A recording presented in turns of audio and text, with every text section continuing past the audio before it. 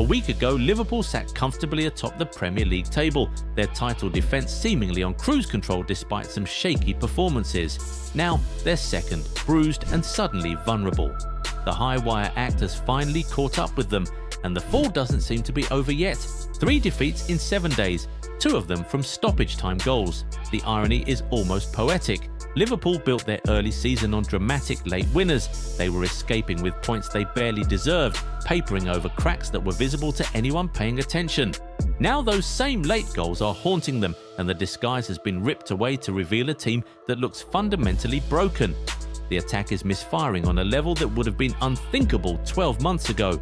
Mohamed Salah has gone 6 Premier League matches without scoring from open play. For a man who's made a career out of ruthless efficiency, this drought represents something deeper than just a cold spell.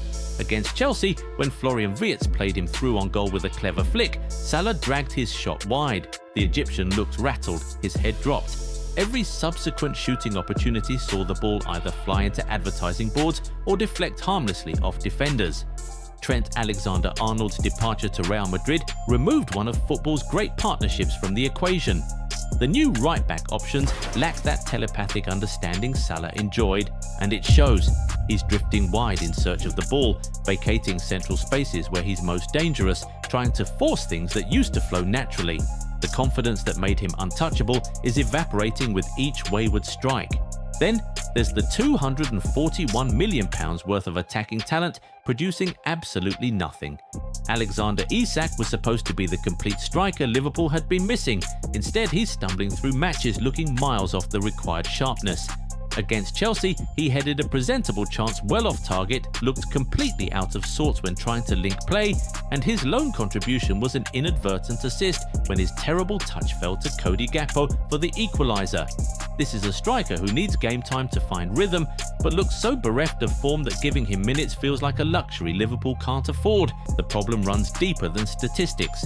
Wirtz received over 11 progressive passes per 90 minutes at Bayer Leverkusen. At Liverpool, he's getting almost half that service, fewer than 7 progressive passes per match, and averaging 56 touches compared to nearly 78 at Leverkusen. The German looks lost, physically overmatched and bereft of confidence. His flick to set up Salah's chance against Chelsea showed glimpses of quality, but those moments are too infrequent to justify his continued appearances. The midfield imbalance is strangling everything else. Last season's title-winning formula was simple. Ryan Gravenberch at the base, with 2 from Alexis Mac Allister, Dominik Szoboszlai and Curtis Jones ahead of him. That trio understood each other and controlled games. Slot's determination to accommodate Wirtz has blown that chemistry to pieces. Szoboszlai, who excelled as the aggressive number 10, now finds himself deputising at right back when needed. Mac Allister hasn't completed 90 minutes since April, his fitness a constant concern. Wirtz's presence forces compromises across the pitch, and Liverpool look disjointed as a result. Slot attempted to revert to familiar structures against Chelsea, dropping Wirtz to restore last season's midfield axis. But the damage runs too deep for one tactical tweak to fix. By the final stages, they were defending with 2 midfielders in the back 4. Gravenberch and Szoboszlai alongside Virgil van Dijk and Andy Robertson isn't a defensive line built to withstand Chelsea's relentless pressure. The desperation in that setup spoke volumes about how far Liverpool have drifted from last season's champions. Defensively, Liverpool have surrendered the solidity that underpinned their title triumph. Just 2 clean sheets in 10 matches compared to 6 at the same stage last season tells its own story. Ibrahima Konate started the campaign poorly, recovered briefly, then nosedived again with error-strewn displays against Palace and Galatasaray. His wayward pass in Turkey forced Alisson into a desperate sprint that resulted in a muscle injury. The new fullbacks haven't helped either. Jeremy Frimpong and Milos Kerkez arrived with attacking reputations, but their forward runs leave gaping holes behind them. Against Galatasaray, Szoboszlai's soft penalty concession came because Frimpong got caught high up the pitch. And the man at the centre of this all, Arne Slot, who has to fully step up to correct the mistakes he has been making so far and fix this Liverpool side brimming with talent. So how do they fix this mess? Some solutions are clearer than Slot might want to admit. First, he needs to stop the rotation madness. Continuity breeds understanding, and Liverpool don't have either right now. The title-winning core needs to be restored immediately. That means Gravenberch, McAllister when fit, and crucially Curtis Jones or Szoboszlai must reclaim their midfield spots. Jones is Liverpool's best progressive passer, the one player who can consistently thread balls into players' feet between the lines. His absence has been catastrophic. Jones averaged over 8 progressive passes per 90 last season and thrived under Slot's tactical system. Getting him back alongside Gravenberch would instantly stabilise the midfield and provide the platform Wirtz desperately needs. Wirtz himself needs a defined role in the left half space, not roaming everywhere trying to find the ball. At Leverkusen, he occupied specific zones and teammates knew exactly where to find him. Slot must implement that positional structure rather than allowing the fluidity that's left him searching for his place on the pitch. Less running, more defined positioning, and suddenly he's fresher when opportunities arise. The German also needs to be benched occasionally, not as punishment, but to ease the pressure and allow him time to adapt without the weight of justifying his price tag every match.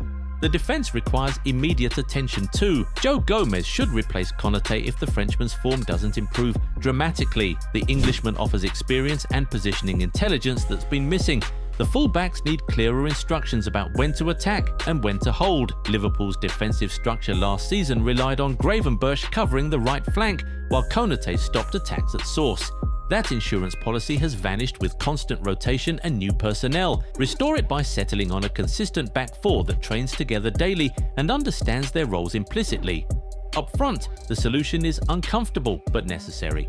Isak needs extensive minutes in training matches before starting again. He's clearly not match fit, and throwing him into high-stakes games is helping neither him nor the team. Hugo Ekitike has shown better form and deserves the striking role until Isak genuinely looks ready. As for Salah, Liverpool need to manufacture the service he thrived on.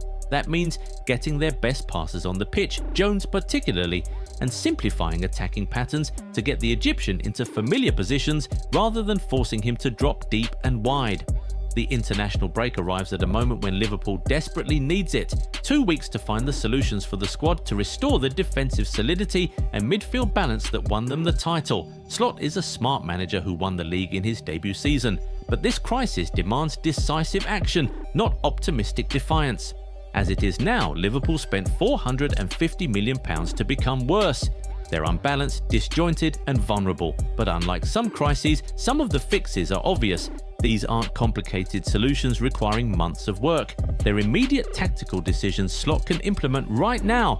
The question isn't whether Liverpool can fix this, it's whether Slot will swallow his pride about the expensive new signings and do what's necessary, because right now, his reigning champions look like a team that's forgotten what made them great. Do you think Liverpool will turn things around? Let us know in the comments. Remember to leave a like on the video if you enjoyed it and subscribe to the channel. Also be sure to turn on post notifications so that you never miss out on any new videos. Catch you in the next one. Bye.